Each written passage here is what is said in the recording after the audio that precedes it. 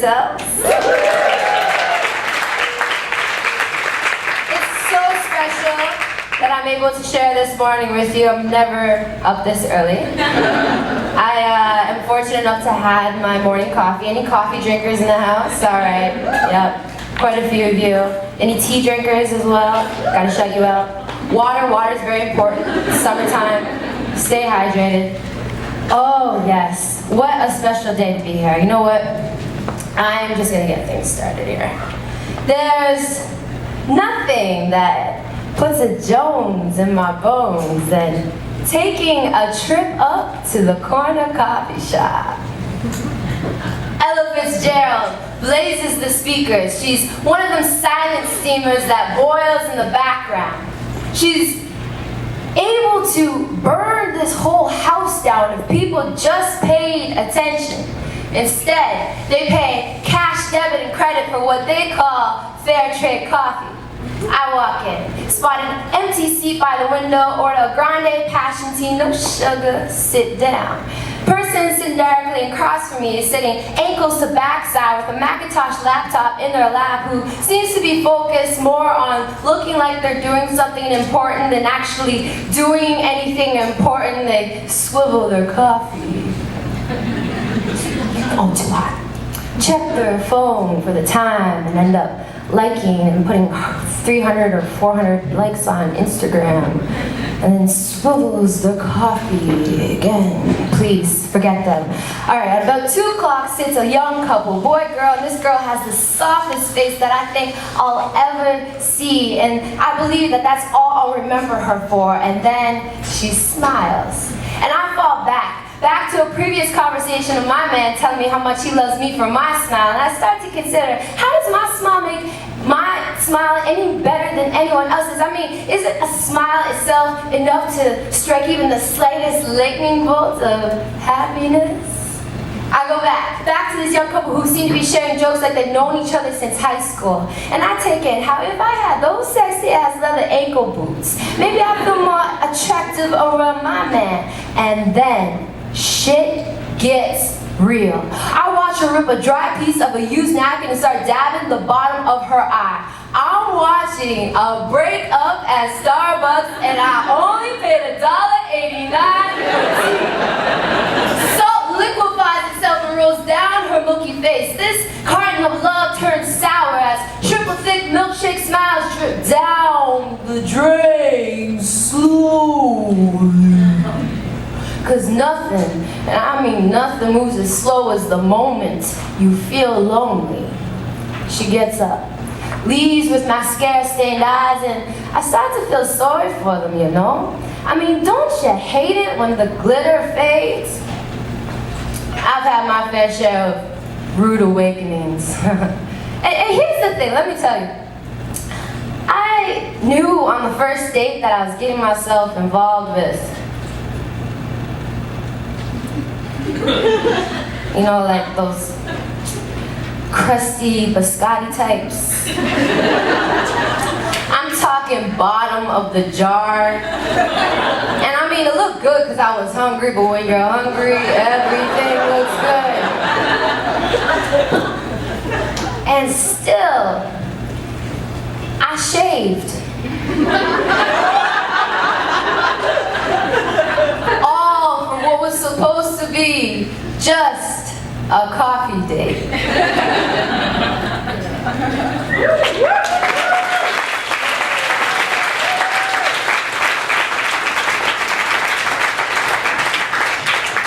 Yeah.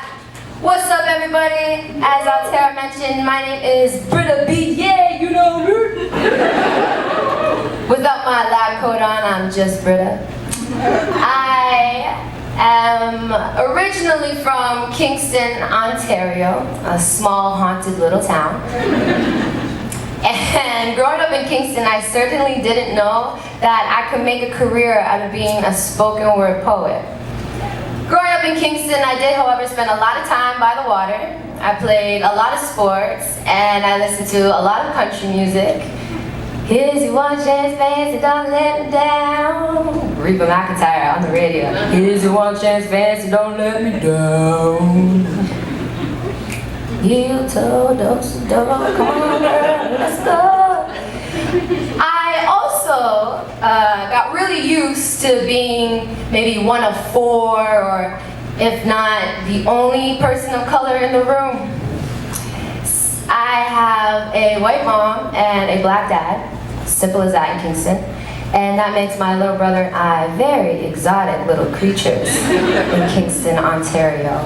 I always knew, like, since I was born, I've had this deep feeling that I was special, but I didn't know that part of that uniqueness was attributed to the color of my skin until, of course, I get into one of those awkward moments where I bump into a teacher or a friend outside of school, like maybe at the mall or a grocery store, and they ask me, "Are you here alone?" And I have to point right beside me and say, "My mother's standing right here." It's kind of funny, over a year ago, just a year ago to this month, I was sitting in a coffee shop, and I met a gigantic, gentle, lion heart of a man who would become the love of my life today. And a year ago to this month, on the day that we met, we actually had an argument. That's how you know you're gonna fall in love, right? First the fight, and then the flying away together. So we had this argument on this very theme, broken, on the word broken. He was talking about how he finds and how there's beauty in broken people, and I just squealed and just felt squeamish. Don't call people broken, so cliche, stop. You know, like, I can see what he's saying. I have a broken history. I come from a broken home. I grew up in a broken family dynamic. My parents fought constantly. I grew up in an environment of domestic violence. But I am not broken. Systems are broken. Promises are broken. Toys are broken. Bones and fingernails tend to get broken. Cars, homes, and locks tend to be broke into. You can even break into your shoes or break out of your blues, and if you're lucky enough, you might even be one of the ones who is able to break a few habits or a few records, and maybe even recognize that there's a cycle of abuse that needs to be broken through. But you, me, we are not broken people in my mind. We are experienced. We are used for reminders and examples of what and what not to do. Let me share a poem about my life with you. And let me remind you, it is 2016. The best part about spoken word poetry is that you and the audience have the opportunity to engage in the poem just as much as the person sharing it. So feel free to get your snaps on, your smirks, get your little, ooh, yeah, all right, go input, tell it, speak that shit, tell the truth, come on, let's go. Feel it, let it out, speak, whatever it is, come alive with me. I've heard so many stories of other people's lives, and all I ever wanted to do was to share a piece of mine. See, as a young kid growing up, I used to just stand there, staring at myself in the mirror, saying things like, man, I wish I wasn't here. I tried to ignore the voices comparing the prettier girls to myself, but let me tell y'all a little secret. I used to wake up wishing I was somebody else. If I was like her, hey, I would have everything I want. Wouldn't have to daydream. If I was like her, I could rock even skinnier, skinny jeans. If I was like her, everyone would like me, because if I was like her, they want to be just like me. Growing up, I struggled, but I don't know, and I haven't met one person who hasn't. The struggle made me stronger because I didn't just sit back and watch it happen. No, anytime I was scared that my father was coming home, I'd sit alone in my room saying really mean things about my mom. Like if I wasn't like her, then he would come back home to me. And if I wasn't like her, then he would never leave. I tried my very best to be everything she wasn't. Couldn't even stand to be around her no more because she just pushed all of my buttons. But then something told me you don't know what something is until you've had nothing. I used to say I wouldn't treat my kids the way my parents did. But then I got thinking, hey, what if I became everything I said that I wouldn't? So instead, I've learned to appreciate my mother and father and yet accept the fact that sometimes we are just like each other. Well, now metaphorically, I want to metamorphically get under your skin, crawl next to your conscience, the way a really catchy song can lyrically cause this broken battle. Between broken records, broken battle. Between broken records. You're playing the same nonsense like a jukebox for open minds. You can pay me with song sense, gather everybody around, cause this is common sense. It'll take dollar bills to change. But hey, that's just common sense. It always seems the grass is greener in somebody else's yard, and once we get the green, we forget everything we once were, and once we get the green, we forget where we came from and fail to appreciate what we had all along. You know, I never thought I had a lot. Just a pocket full of dreams and a rhythm in my heart to keep me dancing through defeat. All I ever wanted was for people to be proud of me. And the only ones who matter are my family.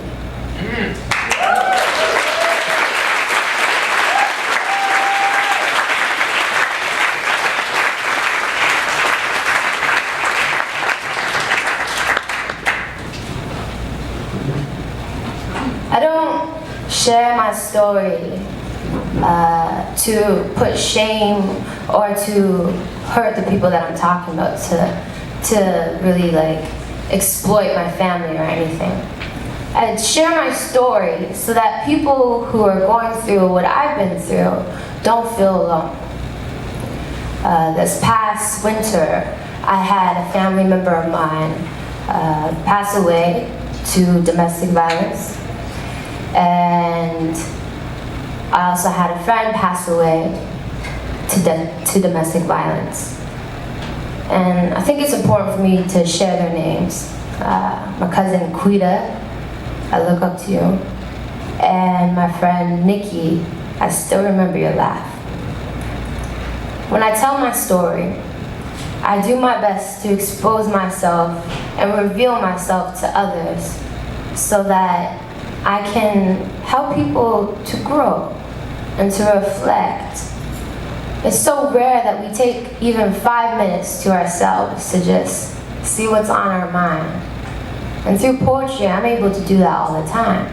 But it wasn't always so. I want people to see what work I have done and the work that I am doing to be healthier and to be healthy. I've suffered self-infliction and mental unwellness. I have had a few poignant moments where I just wanted it all to end. It was because I didn't know how to cope when I was growing up. I didn't know that having a few words or a few lines of poetry in my notebook mattered. I remember the day my father saw me writing in my notebook for the first time. And it was something up until then I always did privately. You know, nobody knew about it. And I remember for some special reason on this day, I was writing in the living room. It was a Saturday afternoon, and he walks into the room and he says, "What is that, a diary?" And I was like, "No, it's a journal."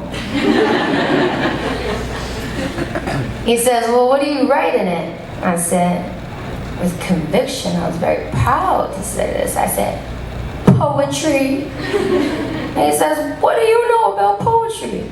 I said, "Well, you want to see what I got?" And without waiting for him to answer, I just pushed the book in his hands, and he reads what I wrote. He's going through it, and I got these butterflies in my chest and everything. But at the same time, I know he can't take this away from me. I know something here is mine. And something like this. Dear Father, tell me how it's so easy for you to forget when I feel like my memories trapped on showcase in my head's museum, where graphic scenes of brutality replay and define my sense of self-esteem, like how I broke down and cried that time I saw Tina get beat by Ike in the movie. What's love got to do with it? Because I finally felt like I wasn't the only one being confused by it. It made me feel like I could never be worthy. How could I forget how I thought I was a part of some contest, see, where something really terrible happens and the whole world just sits back and watches to see how I react to this real life skill testing question. And I'm thinking maybe, hey, maybe I could get the family really rich if I'm a really well-behaved contestant. But no camera crew has ever jumped out to help me claim my prize. No reality TV producer to capture the realness of my cry. So many times you have hurt me. Too many times to forget. But it has only made me stronger. So I know that I gotta use this as intelligence. See, now that I've grown and I've come to understand that it's how you provide for your children that truly makes a measure of a man, and you provided me with the clarity to see that it's gonna take the woman in me to end this cycle of violence. So Dad, I forgive you with a force more powerful than anything you could ever do with your two hands.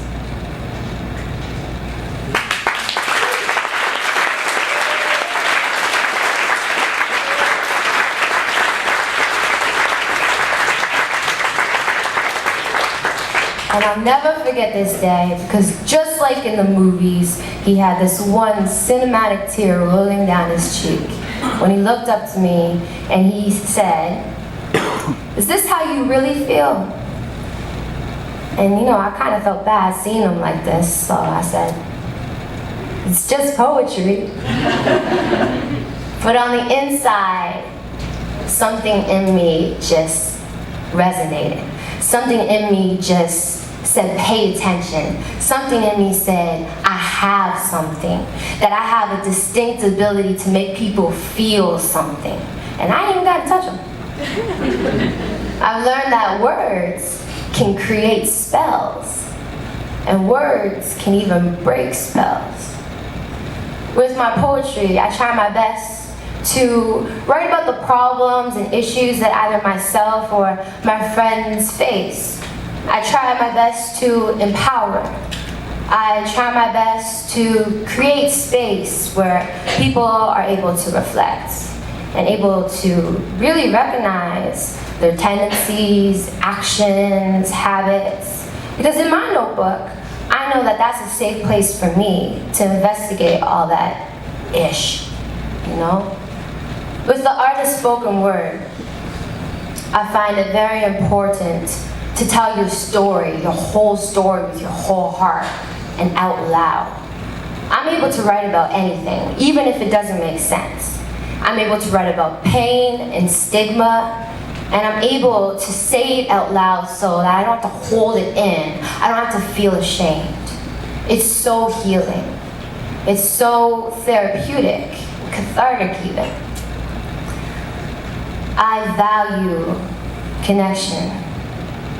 And with spoken word, when I walk into a room, maybe it's a showcase or a classroom, I'm able to connect to people in so many unspoken ways as well. It's given me so much confidence in life and how life works, especially in those moments that I was sure just wasn't working out. My values of respect, community, and honesty are all traits that I've picked up from mentors and teachers of mine that have guided me along this way. And I'm one of the ones that's been lucky enough to recognize who those guiding lights are. One poem in particular that I have written is influenced by someone who is not only a mentor of mine, someone who not only shares the same birthday as me, but is also a 6'2" woman who I happen to call my hero. This poem I titled "The Power of Influence." We cannot call ourselves teachers, not even on our resumes. Or we cannot control what people learn from us, if anything at all is learned. We can be providers, providing each other with opportunities to be greatly influenced. I bet my high school basketball coach, two-time Olympian, phys ed and business teacher didn't intend to make a poet out of me. Guiding light, she was equipped with give-and-go words of encouragement, providing me with opportunities to be greatly influenced, to recognize the greatness already within. Every now and then, she passed triple threat quotes. No longer on the court or even in her classroom anymore, I can still hear her. What the mind can conceive, the heart believes you can achieve. Miss Andrea Blackwell inspired me to inspire others just like me with a few words of my own.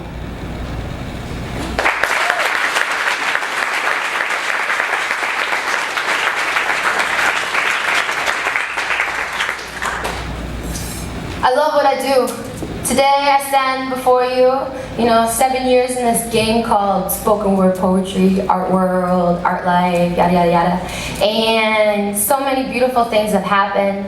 I have worked and collaborated with some awesome artists. I have met some really dope people with very beautiful stories to share with me. Stories about themselves, stories about their truths. And I feel very fond of that ability. My friends and I have plenty of what we call deep and meaningful conversations, except for we short form that, of course, right? We've abbreviated. They're called DNMs. Not to be confused with, it goes down in the DM. It's not the same thing. That's a whole other culture. But lots of deep and meaningful conversations are had in my company, and lots of soulful nonsense as well. I feel very, very grateful. Thankfully, in my own poetic way, I'm experienced. I have so much more to experience. And throughout my experience, I feel filled with love to give. Thankfully, I have had many travels, many loves, and I have many friends and family members who support me, who understand me, who mean so much to me, and vice versa. I also want to share with you something very significant for me. My relationship with my mom and my dad has transformed like 1,000 times over with positivity. The way we speak to each other and the way we not communicate, but the way we treat one another is something that I never was able to fathom, being 14 years old, sitting in my guidance counseling office. So I'm very, very grateful for that. That's the most meaningful thing that has happened in my life. Also, I am thankful to be here today in front of you to share with you that you deserve to be heard. You deserve to be guided. And you deserve to have what light within you recognized and acknowledged. You deserve that. So with this last poem that I'm going to share with you, I would like to encourage you to think about what gifts that you hold that maybe haven't been brought to the light yet, or haven't been exposed yet in your communities, maybe in your company, in your friends' zone and stuff. Whatever uniqueness about you that maybe others around you haven't yet seen. I also encourage you with this departure to shed light on others by telling them what light it is you recognize within them. Don't be afraid to tell people what it is about them that sparks your interest. Thank you.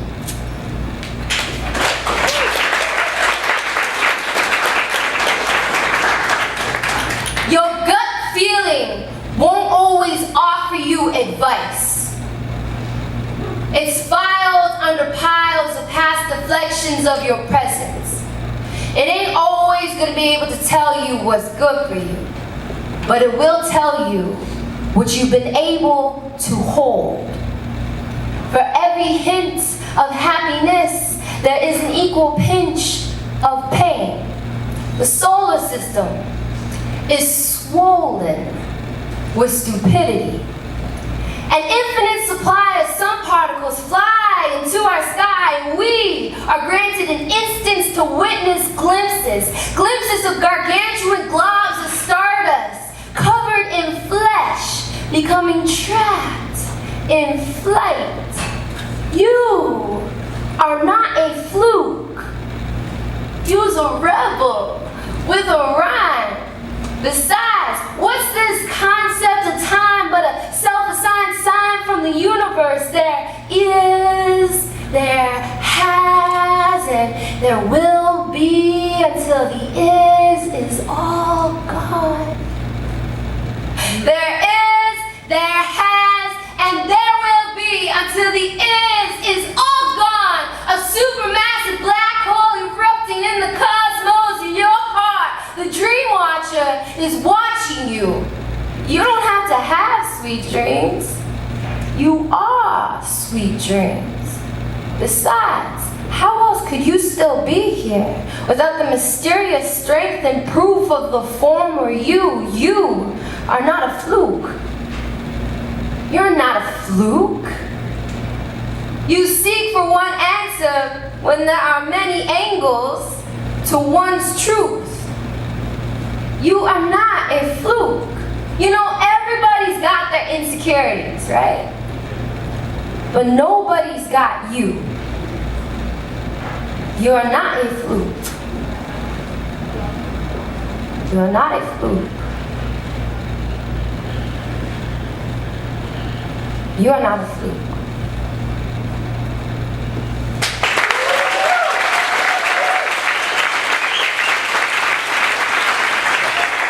Thank you so much, Creative Mornings Toronto.